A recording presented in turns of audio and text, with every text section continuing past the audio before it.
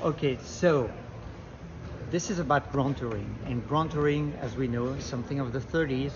It was a motoring lifestyle that came because technology made the car more comfortable, make them easier to use. It was a motoring lifestyle.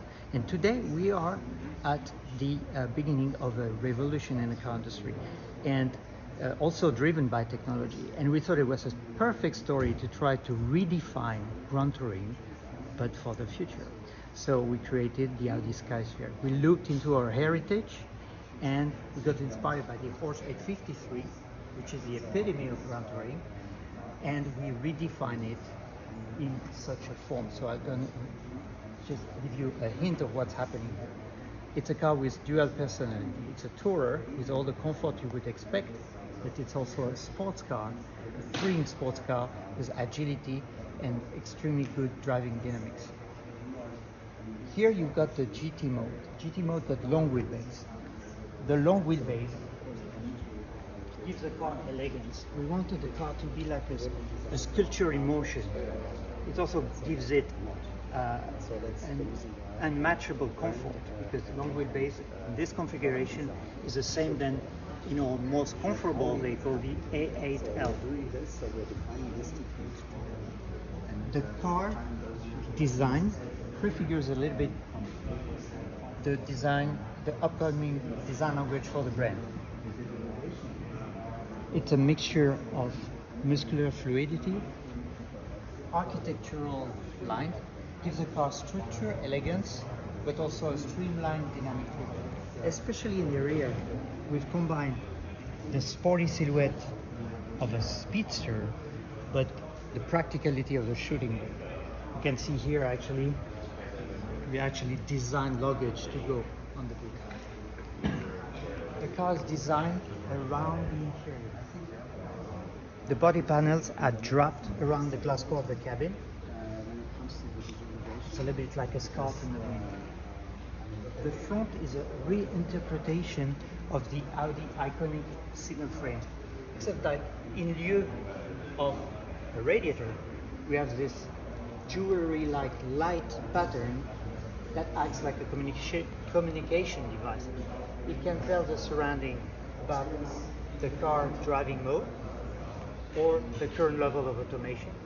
Okay, door opens toward the back like our original Porsche 853, but that's very convenient because it's a very easy access to the welcoming large cabin. In this configuration, the car seems more like a lounge, stylish lounge. It's actually inspired by the Art Deco stylistic movement. It's wrapped in eco-friendly microfiber, vegan leather, eucalyptus wood. This is a perfect place to enjoy a glamorous motoring experience. But we thought, actually, close the door. But we wanted the driver to be able to connect with the car in a more visceral way. The car in the sports mode will offer thrilling driving experience with different kinds of safety, especially in the automotive industry. We knew that to combine two different experiences like touring and a sports car, we needed to deal with a variable wheelbase. You just have to push the center switch on the middle console to change mode. The car transforms. What is happening here? So the whole geometry of the car changes. The long wheelbase just decreases by 250 millimeters, 10 inches. You see that the front fender overlaps that decorative element on the side that makes it an invisible and streamlined transformation. As the exterior transforms, the interior has morphed into a driver-centric environment. But the steering wheel deploys from underneath the dash. Half of the screen comes toward the driver as gauges, and the passenger seat moves backward 250 millimeters. It gives a commanding position to the driver.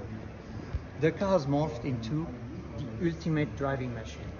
So, ultimate driving machine, Grand Tourer. I mean, this is the ultimate Grand Touring experience. Two cars in one. Speak about the tire. They have the same than on RSQ 8. So, see, really performance oriented. 23-inch wheels. You see those protruding elements here, that's actually a tribute to the golden era's car spoke wheels. But here they're not structural, they are actually designed to drive the air toward the regenerative braking system. So there's a functionality, but it's a little tribute to our Porsche 853, which had spoke wheels. Now, rear wheel steering, is that important in a GT design element like this? You know, all this technology has been designed to help, for example, a car with a longer wheelbase to be more agile. Here we don't really need it because we actually physically change the car wheelbase, so it's dedicated either for comfort and elegance and beauty in long wheelbase, or agility and driving dynamics in short wheelbase. But of course, all those technological features, they will help. You know, on the top of having a geometry that is dedicated to those two experiences, we have technology that helps make it even better, even more comfortable in long wheelbase touring mode, and more agile in sports mode. And speaking of in the long wheel touring mode, you can't drive. It's 100% level 4. You could, but we want it to be committed. You know. What do you mean by committed? Committed means really to have purity in that experience. Okay. So touring, you know, I told you the story. Like, I love to drive around LA. You know, it's a beautiful road. But at the end of the day, I'm driving and I miss half of the landscape and the scenic beauty that this, you know, drives offers. I think that now with level 4, you can really enjoy touring in beautiful roads, beautiful experience. Or terrible LA traffic. That for sure, we all know that. But when the road becomes really something you want to drive, that's where you're going to be able to transform the car and have a thrilling driving experience. Thank you. Thank you. You're welcome.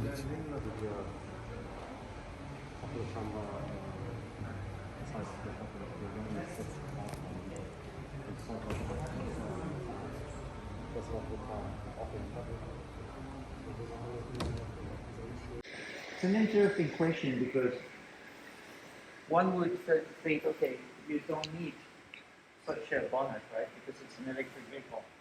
And I think in some cases, like the PV18 we did, that make a lot of sense. We could have really the glass going all the way, just communicated about the speed a different way than typically.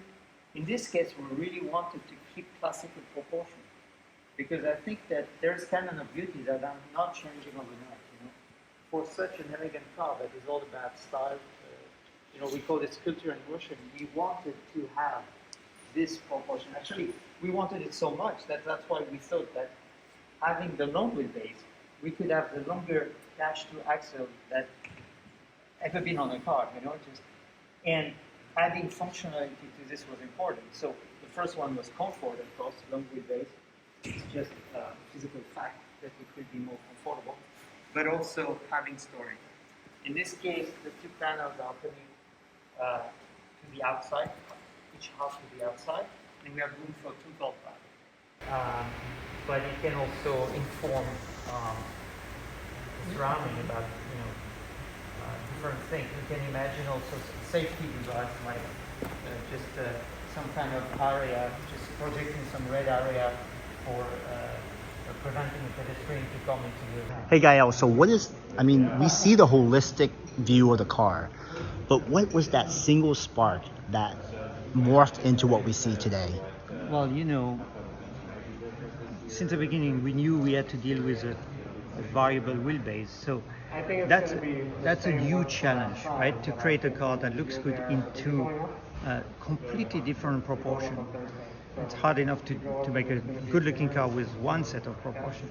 So we had to find a trick that makes this transformation looking natural, and we found it. I think that this line that I know you like so much is really what makes this possible. This line, this feature line, kind of present that decorative element that is the transition between the two modes. So this is the heart of That's what we're looking at. where all happens.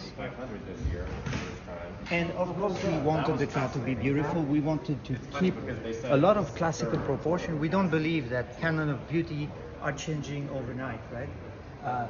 So for us, even though there is no motor in the front, all motor is behind, is between the rear wheel. We wanted to keep that long hood. In fact, we wanted to have the longer dash to axle. This is for us the way designer we do a car that has prestige, you know. This distance, we wanted this to be as long as possible, you know, as big as possible. Now, is that realistic for production? The length of the front, is that realistic for production, or is it just really a concept yeah, I mean, right the now? engineers that have been developing that car, they also used technology that can be implemented in production. It's not the case of that car. It's not intended for production. But what I do like here is like we wanted to keep functionality in that long hood, you know. So in this case, this huge front can accommodate 2 golf bags. So what's happening here? Why is there a split down the middle? Well, we wanted this to open, you know, so also a little tribute to our original Horsch 853. It's like the trunk, not the trunk, sorry, the front of the car opens sideways to reveal the engine. So we wanted to have the same kind of opening there, but they open sideways toward the exterior. Anything else? You know, there's so many beautiful things about that car. I think that really having a sculpture in motion was our intent. Art in motion or sculpture in motion? Sculpture. Sculpture. Yeah. It's a reality now. It's in 3D. I know. Beautiful. I mean, Thank it's you. just I can't stop looking at it.